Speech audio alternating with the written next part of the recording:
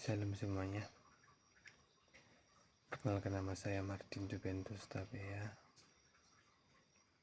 Prodi Pak semester 5 Grup D. Di video kali ini saya ada tugas kuliah dari Ibu Oluria Malau dengan mata kuliah homiletika. Di sini saya disuruh membuat video berkhotbah dari kitab Mika 5 ayat 1 sampai 14 dengan metode eksposisi. Sebelum saya menyampaikan firman Tuhan, alangkah baiknya kita berdoa. Bapa yang baik, kembali kami mengucap syukur atas berkat Bapak, di mana atas berkat dan penyertaan-Mu hingga pada hari ini. Tuhan, pada hari ini hamba-Mu akan berkhotbah, Tuhan, itu akan khotbah yaitu yang rindu atas firman-Mu. Tuhan, berkatilah lidah yang menyampaikan firman-Mu dan pikiran Tuhan. Ya Tuhan, berikanlah kepada hamba kepintaran dalam menyampaikan dan mengerjakan segala firman-Mu. Terima kasih Tuhan. Amin. Di sini saya akan membacakan terlebih dahulu isi Alkitabnya, yaitu Mika 5 ayat 1 sampai 14. Beginilah bunyi firman Tuhan. Mika 5 ayat 1 sampai 14. Raja Mesias dan penyelamat Israel. Tetapi engkau, hai Betlehem Efrata, hai yang terkecil di antara kaum Yehuda, daripadamu akan bangkit bagiku seorang yang akan memerintahkan Israel, yang mempermulakannya sudah sejak purbakala, sejak dahulu kala. Sebab itu ia akan membiarkan mereka sampai ke waktu perempuan yang akan melahirkan telah melahirkan, lalu selebihnya dari saudara-saudaranya akan kembali kepada orang Israel. Maka ia akan bertindak dan akan mengembalakan mereka dalam kekuatan Tuhan, dalam kemegahan nama Tuhan Allahnya. Mereka akan tinggal tetap, sebab sekarang ia menjadi besar sampai ke ujung bumi, dan dia menjadi damai sejahtera apabila Asyur masuk ke negeri kita, dan apabila ia menginjak tanah kita, maka kita akan membangkitkan melawan dia 7 gembala, bahkan 8 pemimpin manusia. Mereka itu akan mencukur negeri Asyur dengan pedang, dan negeri Nimrod dengan pedang terhunus. Mereka akan melepaskan kita dari Asyur apabila ia akan masuk ke negeri kita dan menginjakkan daerah kita. Maka sisa-sisa Yakub akan ada di tengah-tengah banyak bangsa, seperti embun daripada Tuhan, seperti dirus hujan ke atas tumbuh-tumbuhan, yang tidak menanti-nantikan orang dan tidak mengharap-harapkan anak manusia. Maka sisa-sisa Yakub ada di antara suku-suku bangsa, di tengah-tengah banyak bangsa, seperti singa di antara binatang-binatang di hutan,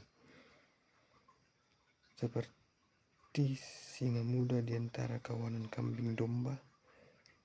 Kemanapun dia pergi, maka ia akan membanting dan menerkam, sedangkan tidak ada yang melepaskannya.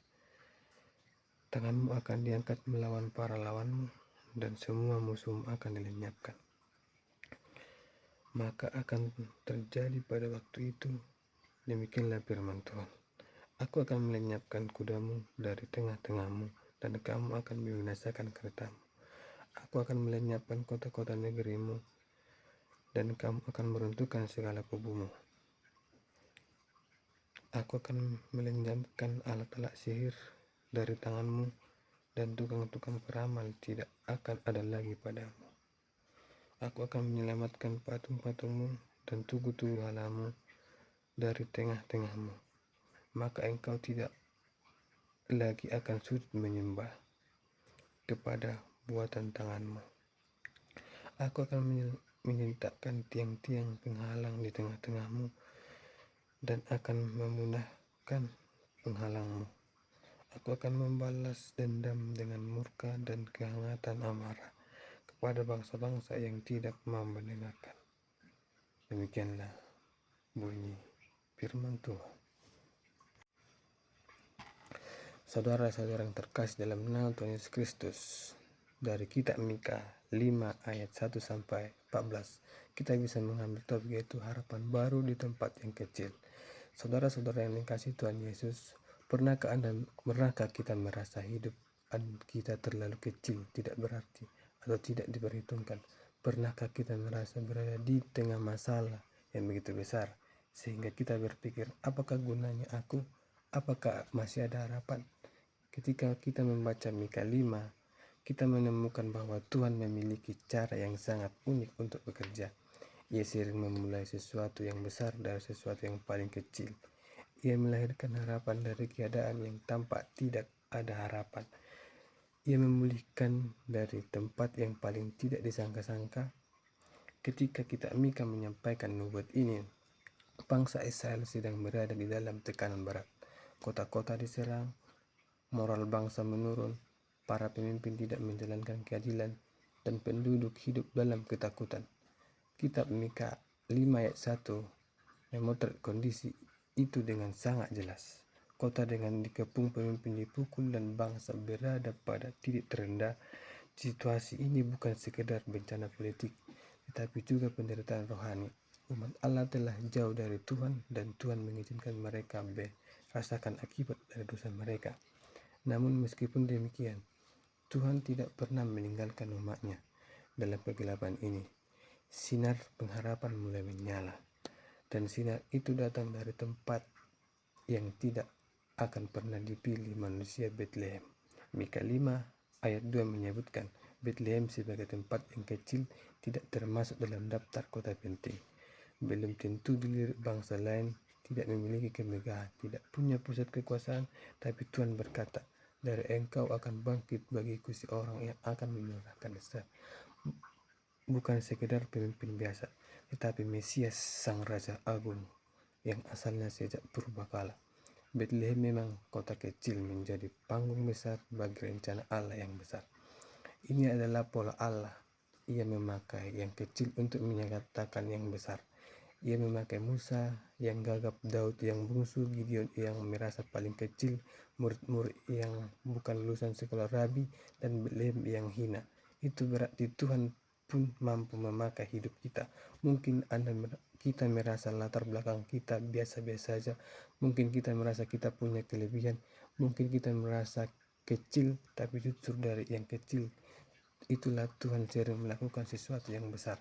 Ayat 3 menyatakan, menggambarkan masa menunggu seperti orang perempuan yang hendak melahirkan.